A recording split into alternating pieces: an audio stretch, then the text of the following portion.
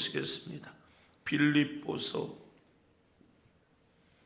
4장 10절에서 13절 말씀 한 목소리로 같이 읽겠습니다. 시작. 내가 주 안에서 크게 기뻐함은 너희가 나를 생각하던 것이 이제 다시 싹이 나미니 너희가 또한 이를 위하여 생각은 하였으나 기회가 없었느니라. 내가 궁핍함으로 말하는 것이 아니니라. 어떠한 형편에든지 나는 자족하기를 배웠노니 나는 비천에 처할 줄도 알고 풍부에 처할 줄도 알아. 모든 일 곧 배부름과 배고픔과 풍부와 궁핍에도 처할 줄 아는 일체의 비결을 배우노라. 내게 능력 주시는 자 안에서 내가 모든 것을 할 수 있느니라. 아멘. 잘 될 때에는 잘 되는 것이 그렇게 어려운 것이 아닙니다. 국가의 경제가 계속해서 잘 될 때 내가 가게를 오픈하고 내가 사업장을 오픈할 때 오픈된 사업장이 순항을 하는 것은 어려운 일이 아니에요. 왜냐하면 전체적으로 잘 될 때에는 그냥 하면 돼요. 근데 국가의 경제가 어려울 때에 어떤 일들을 한다라고 하는 것은 굉장한 모험도 있고 그 속에는 굉장한 결단도 있고 준비력도 있어야 돼. 그리고 그 속에서 잘 된다라고 하는 것이 정말 쉽지 않다라고 하는 생각을 일반적으로 우리는 갖고 있죠. 그래서 국가의 경제가 어려우면 개개인의 경제가 다 어려운 거야. 이것을 영적으로 접근해 보면 우리가 사는 이 시대가 영적으로 참 혼탁해 있어요. 옛날에는 욕을 조금만 해도 어떻게 예수 믿는 사람이 그렇게 욕을 해? 옛날에는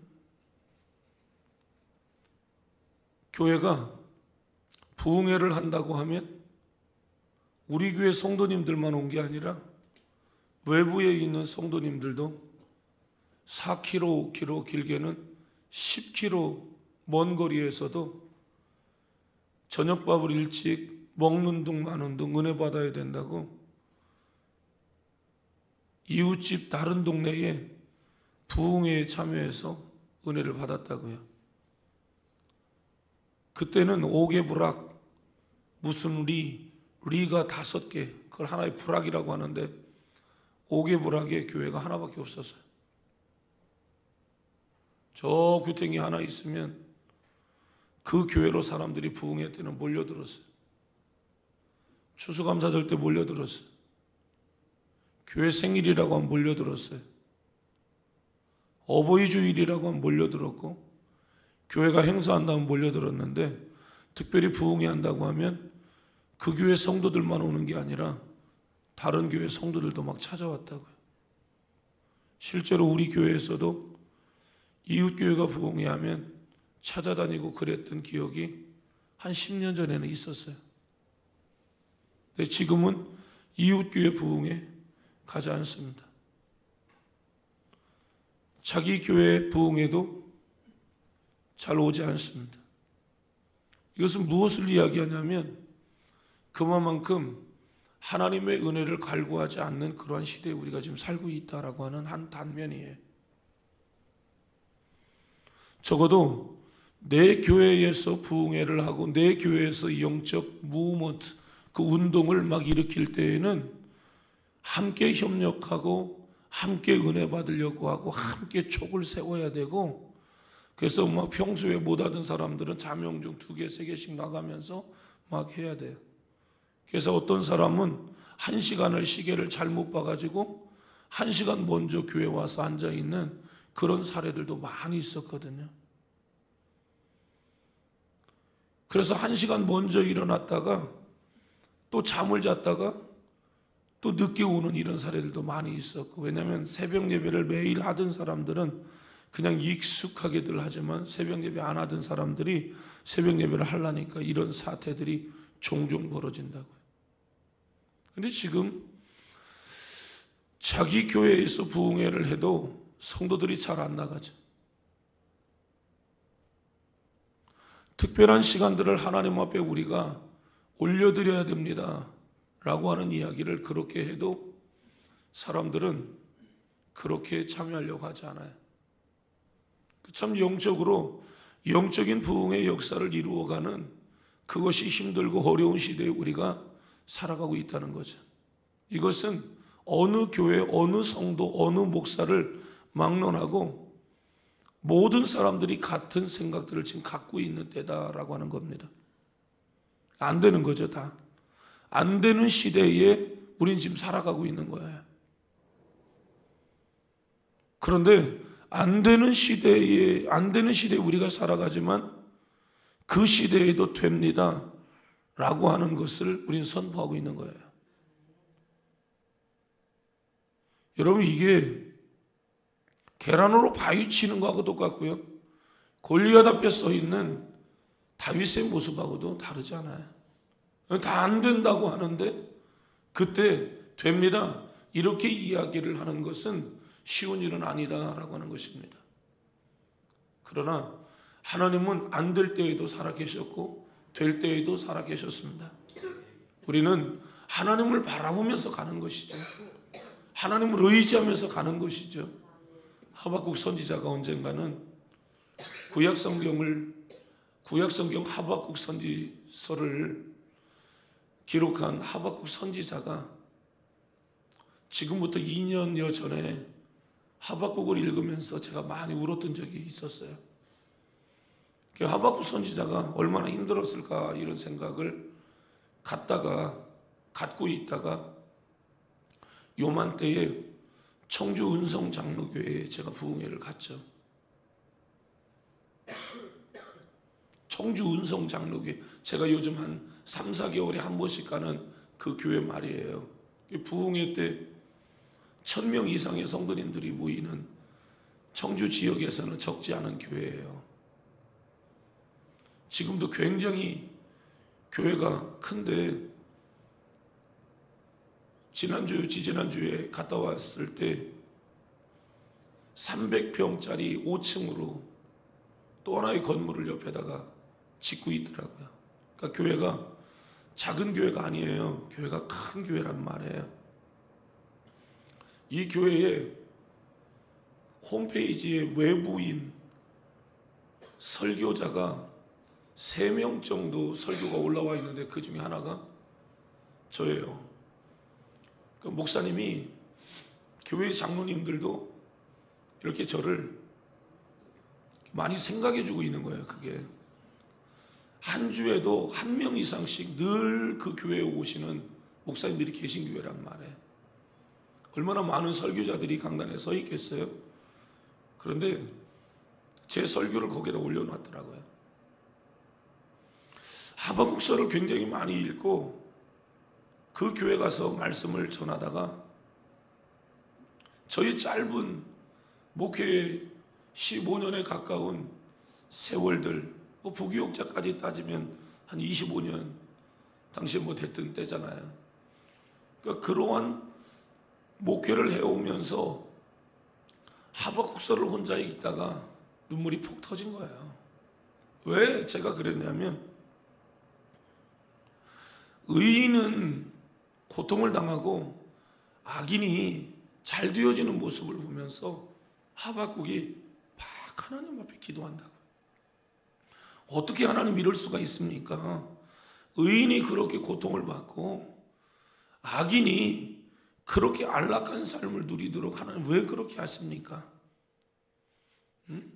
의인이 잘 돼야 되고 악인이 망해야 되는데 의인은 어려워지고 그 끝이 없이 계속해서 어려워져 있는 이 모습을 보면서 하나님 앞에 하박국이 기도하죠.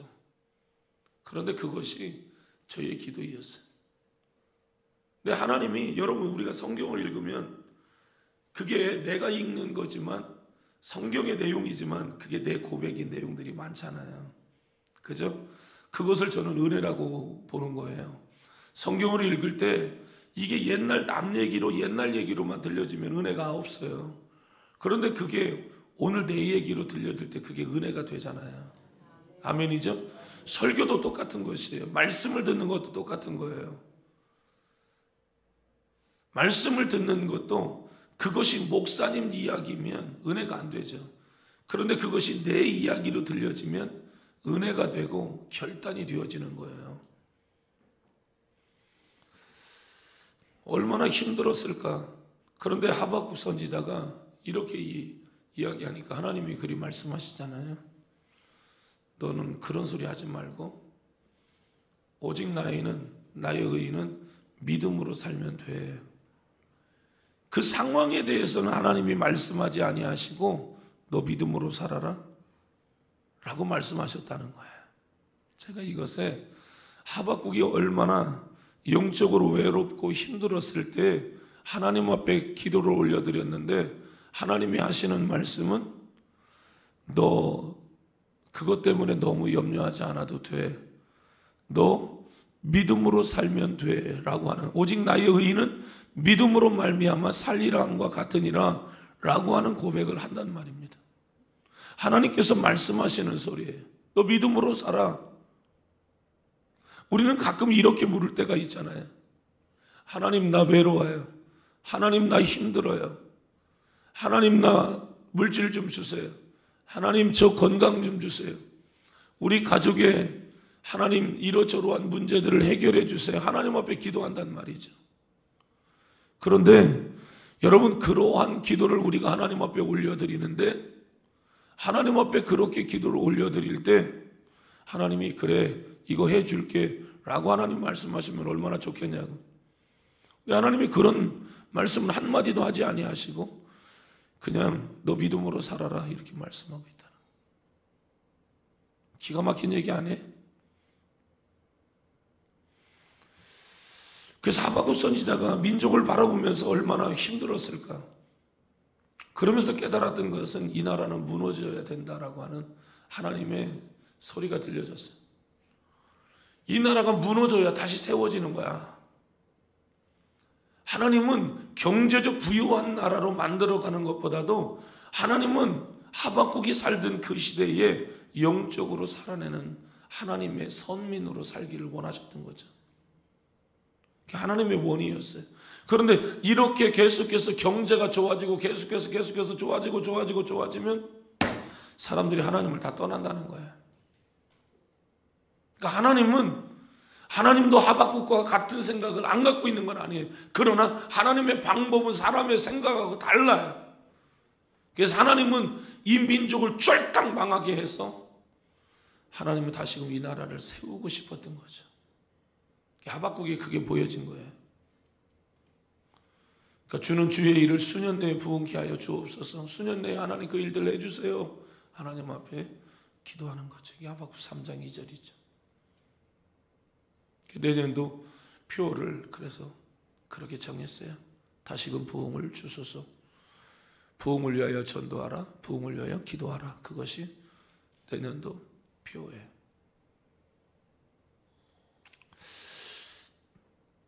마이크를 들고 설교를 하다가 목사님 앞으로 갔어요. 목사님이 오른쪽 맨 앞에 와 있었어요. 제가 그 목사님께 이렇게 이야기했어요. 목사님, 15년 목회하면서도 참 힘든데 평생을 목회하시면서 얼마나 힘드셨어요.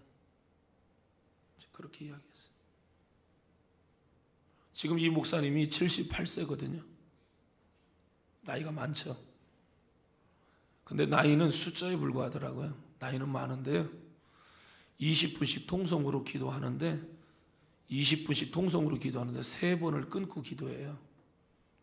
그러면 20분씩 3번 기도하면 몇 분이에요? 120분인가요? 60분입니까? 예. 그 시간을 막 기도합니다. 이 할아버지 목사님. 굉장하시죠? 근데 이 목사님이 목사님 제 15년 목회하면서도 참 힘든데 평생 목회하시면서 얼마나 힘드셨어요? 목사님 눈물이 폭 터졌어요. 목사님 굉장히 강하신 분이에요. 엄청 강해요. 엄청 강합니다. 대한민국에 이렇게 강한 목사님 없어요. 근데 눈물이 폭 터졌어요. 조록조록 설교를 하는데 계속해서 울더라고요. 낮 집회를 마치고 식사하는 자리로 이동해서 부목사님과 함께 가면서 제가 그랬어요.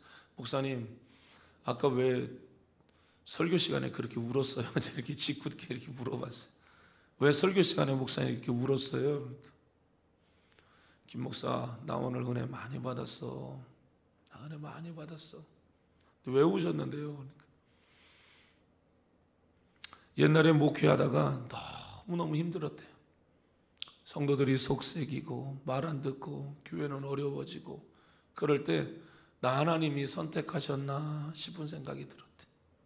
그러고서 봉고차를 몰고 마침 이야기하던 때에 그 연못을 우리가 이렇게 라운드를 이렇게 턴하고 있었어요. 근데 그 연못 지나가고 있는데 내가 목회하기가 너무 힘들고 어려워서 차를 몰고 이 연못으로 뛰어들려고 했잖아.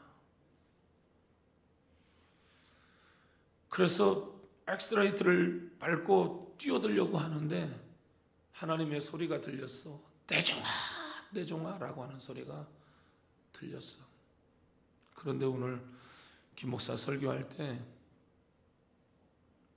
그때 생각이 갑자기 났어. 당신들이 목회하실 때에 그때는 멍석만 깔아도 교회가 부흥된다고 하는 그런 때예요. 그 선배 목사님들이 은퇴하시면서 우리는 좋은 꼴 보고 우리는 목회하다가 우리는 목회를 은퇴하는데 우리 후배 목사님들에게 좋지 않은 교회의 현실들을 넘겨주면서 은퇴하는 이게 미안해. 요즘 은퇴하시는 예배의 자리에 가면 쉽게 나오는 그런 얘기 중에 하나거든요. 다 힘들고 어려운 그러한 때에 그때 부흥을 노래한단 말이죠. 죽을 만큼 힘들고 어려운 그러한 때에 하나님 우리에게 부흥을 주시고 하나님 우리에게 은혜를 주세요 라고 하는 것을 외치고 있다는 것이죠. 그런데 힘들고 어려울 때에도 하나님은 계셨고 교회가 부흥될 때에도 하나님은 계셨어요. 어저께 저녁에 말씀 들은 거 잠깐 한번 이야기를 할까요? 이분이 부산의 굉장히 큰 교회에 부임해 오신 목사님이시거든요. 이 호산나 교회에 이 부임해 오신 그런 목사님이신데 이 목사님을 통해서 우리가 신구약 중간사의 이야기를 어저께 들었어요. 그러니까 침례 요한이 출현하기까지, 그러니까 마태복음이 열려지기 전 말라기에서부터 400년의 시간이 있었다는 거잖아요. 이 400년의 시간을 암흑기라고 이야기를 해요. 영적인 혼동기. 왜 암흑기라고 이야기하냐면 말라기 때에 하나님이 말씀하시고 마태복음 시대에 예수님 시대에 말씀하시고 이 기간이 400년이에요. 그러니까 400년 동안에는 하나님이 침묵하셨다는 겁니다. 어떤 말씀을 하지 않았다라고 하는 거예요.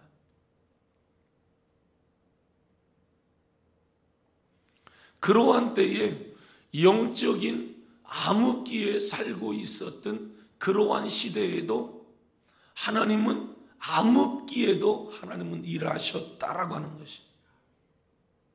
사람들이 생각할 때에 신구약의 400년은 중간사 그 기간은 암흑기이니까 하나님은 아무 일도 안 하신 것으로 생각하고 있는데 아니다. 그 시간도 하나님은 일하셨다.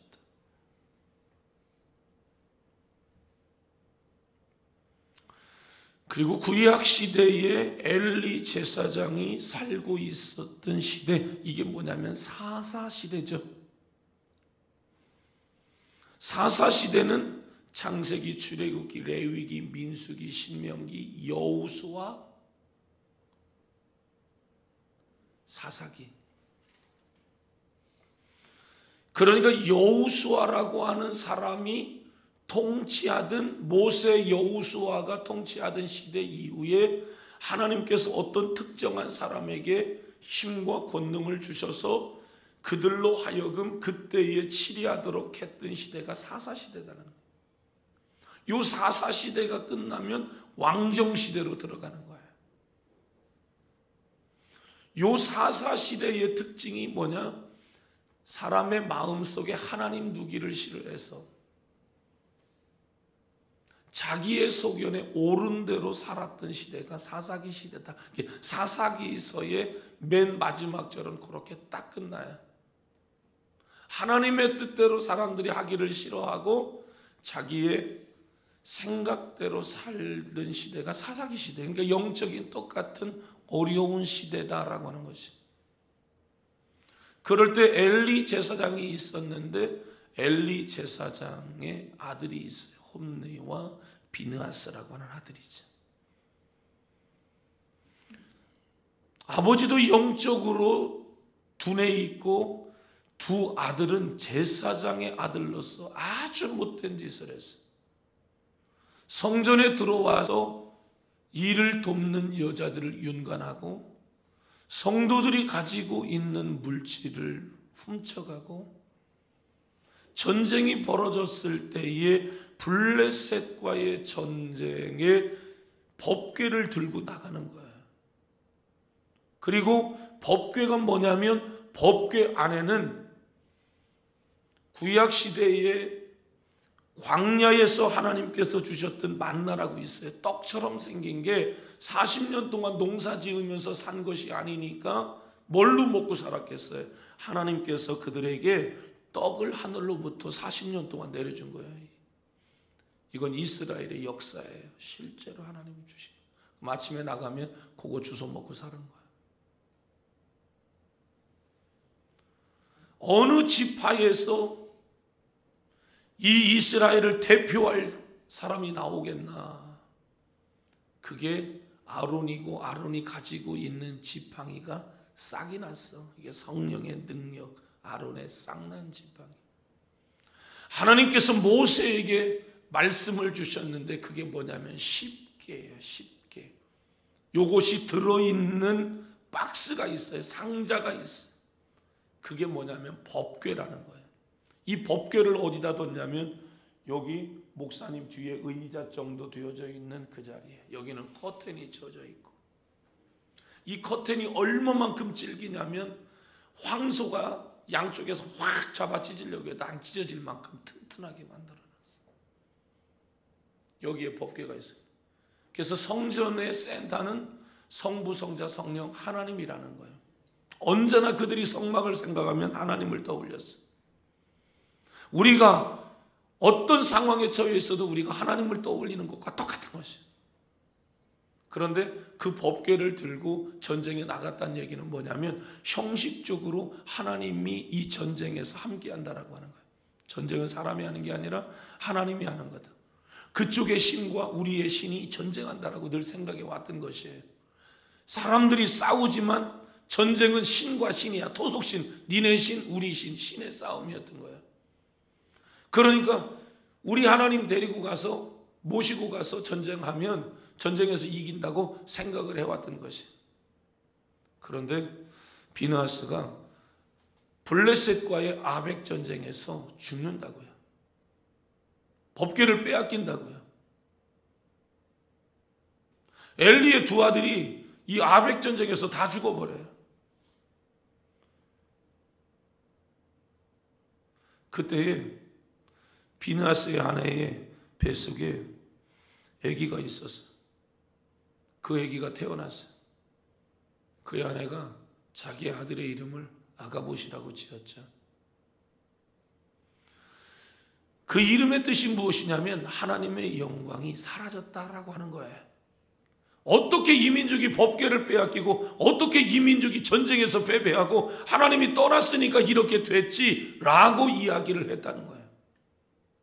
그렇게 믿었어요. 실제로 그들이 하고 있는 행동들이나 그들이 지금 갖고 있는 그런 마음들은 이미 하나님의 영광이 사라져 버렸죠. 그래서 사람들은 생각하는 거예요. 이스라엘은 여기에서 끝났다, 우리는 망했다, 이렇게 생각해 왔던 거예요. 어떻게 자기의 아들을 낳고 아들의 이름을 하나님의 영광을 떠났다라고 여러분 이름을 지을 수가 있겠냐고요. 근데 실제로 그들은 그렇게 봤던 것이, 세상은 지금도 이렇게 죄악 가운데 있는 사람들이 있어요. 무시무시한 법궤를 손에다가 댔다가 사람이 죽어나가는 일들이 있었잖아요. 낙원의 타작마당에서 법궤가 흐르르 스르르 흘러내려오니까 그거 만졌다가 죽은 사람도 있어요. 그런데 이 엄청난 법궤를 전쟁터에 이것을 들고 나간다고요. 그것을 들고 나간 게 잘못이 아니라 하나님을 상대하는 하나님의 사람들이라면 두렵고 떨림이 있어야 되고 긴장감이 있어야 되고 자신을 되돌아보면서 하나님 앞에 정화하고 회개하고 구별된 모습들로 살아가야 될 줄로 믿습니다. 하나님의 영광이 그때 임하는 거죠. 하나님의 영광은 그때 임하는 거예요. 하나님을 두렵고 떨림으로 상대하고 하나님을 하나님의 자리에 올려놓고 하나님의 뜻대로 해보려고 할 때 하나님의 임재가 그때 오는 거예요. 성령의 충만함의 역사가 그때 오는 거예요. 아멘. 나는 죄 지을 거 다 짓고 못된 짓 다 하고, 아세요? 예수 믿는 사람들 가운데 못된 짓 하는 사람들이 굉장히 많이 있다는 거 아세요? 이런 얘기 너무 많이 하면 성도들 떨어진대요 요즘. 아세요?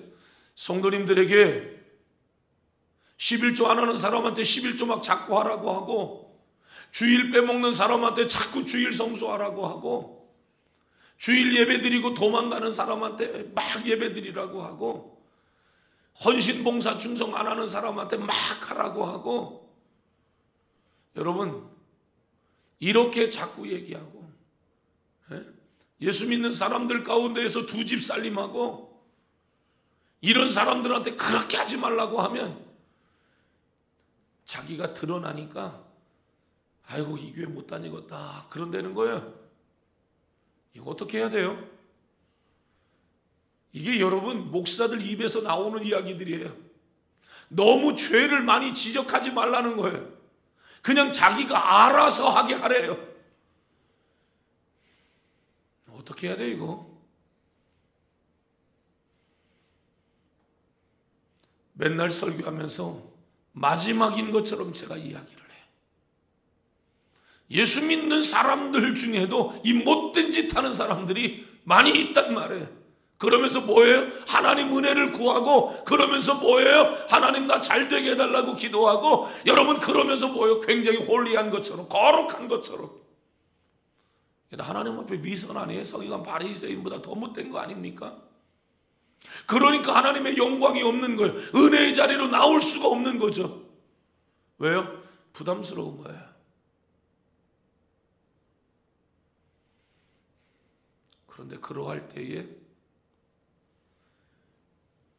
여호와의 영광이 사라졌다라고 봤던 그러한 때에 한나는 눈물 뿌려 기도했고 아들을 생산해 냈다는 거잖아요.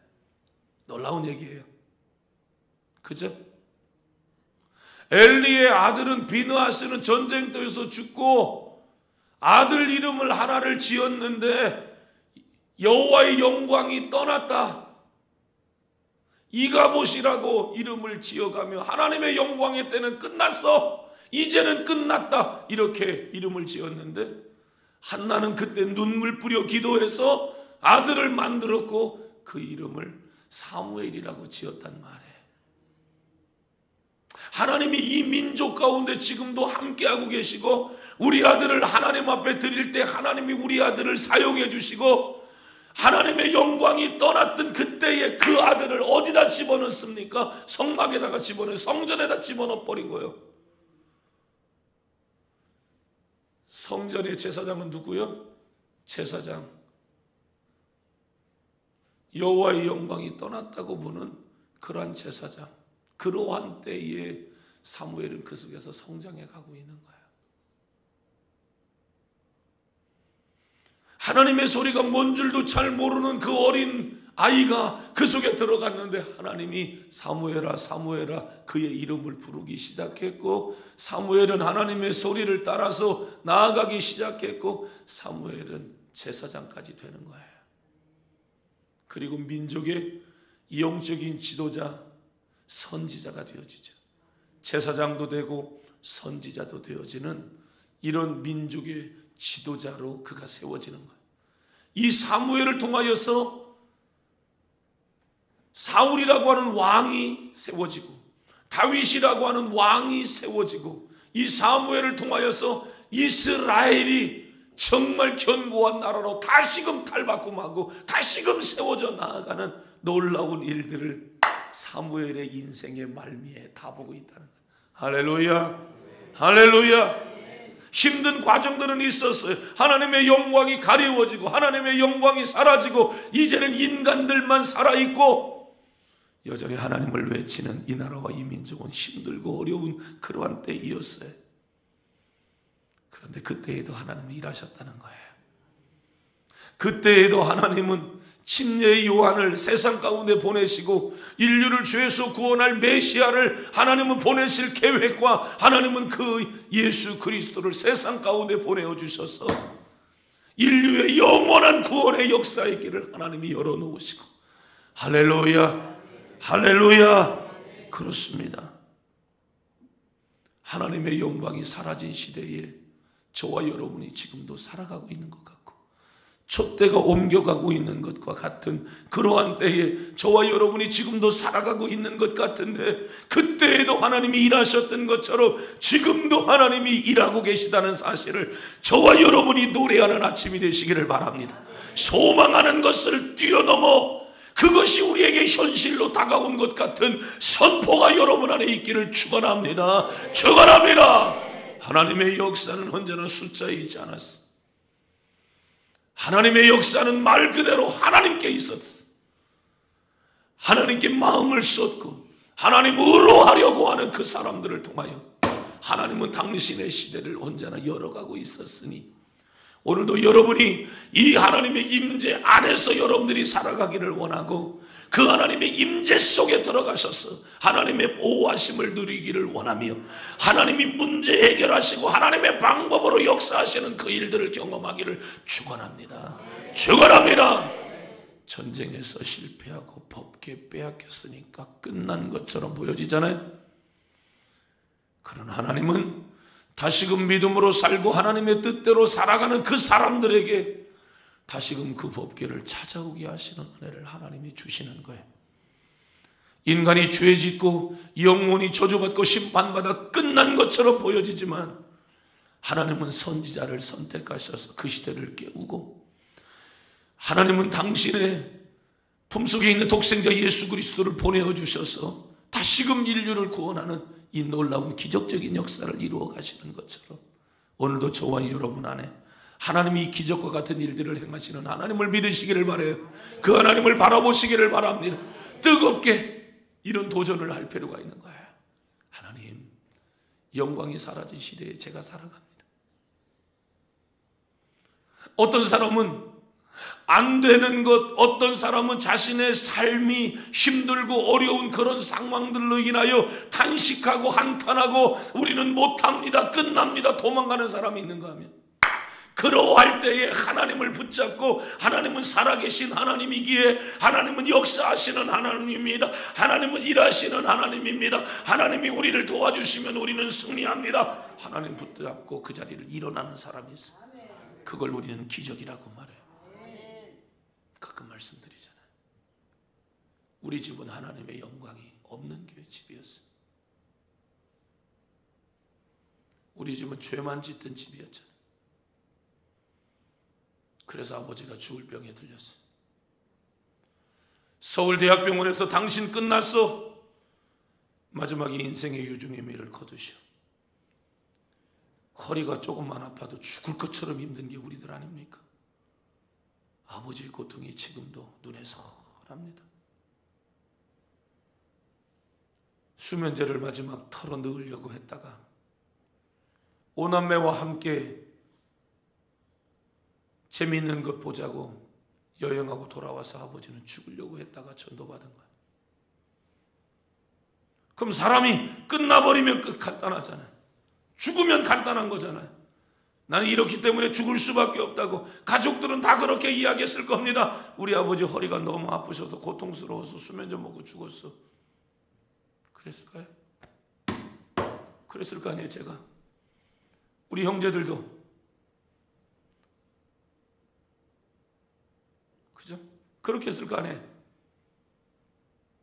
그런데 수면제 털어놓고 죽으려고 했던 그분이 예수님을 믿고 예수님을 선택한 거예요. 그리고 기사회생한 겁니다. 다시금 살아난 거예요. 이걸 기적이라고 말한단 말이에요. 안 되니까, 의사가 이렇게 이야기했으니까 끝났으니까, 사람들이 다 안 되는 그러한 시대에 내가 안 되는 건 당연한 거니까, 그러한 속에서 억울해서 죽는 것, 그래 그 사람 억울해서 죽었어. 여러분, 그런 시대에 살아가는 것 다 비슷한 거예요. 하나님의 영광이 사라진 것. 그런데 그 시대에도 우리는 살 수 있습니다. 우리는 할 수 있습니다. 하나님은 살아계십니다. 하나님께로 나아가 엎드리면 하나님이 힘을 주시는 거예요. 아멘. 이것을 여러분 도전하기를 축원합니다. 영광이 사라진 때에도 하나님은 살아계시다. 아멘. 그것은 대부분 죄의 문제였어요. 그 시대의 사람들이 하나님을 인정하지 않는 죄의 문제였단 말이에요. 이것을 하나님 이 껍데기를 확 벗어버리기를 원해요. 그리고 은혜의 보좌 앞에 나아가면 하나님의 영광이 사라진 것, 그 시대에 살고 있지만 은혜의 보좌 앞에 겸손히 나아가 하나님의 은혜를 구하는 사람에게는 지금도 여전히 기적을 행하시는 하나님을 믿으시기를 바랍니다. 할렐루야. 그 하나님을 오늘도 마음껏 노래하세요. 할렐루야. 그래서 하나님 우리에게 부흥을 주세요. 하나님 우리에게 역사하여 주세요. 살아계신 주, 살아계신 주, 나의 참된 구세주, 그 주님을 여러분 오늘도 마음껏 노래하는 귀한 날이 되시기를 주의 이름으로 축원합니다. 축원합니다. 오늘 저녁에도 나오시고 내일 새벽에도 나오시고 주변의 성도님들 자꾸 많이 이야기하셔서 여러분 더 많은 구역과 기관에서 여러분 문자 날리시고 함께 여러분 독려하셔서 더 많은 성도님들이 내일 새벽에 예배할 수 있도록 여러분 그렇게 힘쓰시기를 바랍니다. 말씀 생각하시면서 우리 통성으로 기도하시다가 자유롭게 하시고 돌아가십니다. 두 손 높이 들고 주님밖에 없어요. 내게 능력 주시는 자 안에서 내가 모든 것을 할 수 있는 것입니다.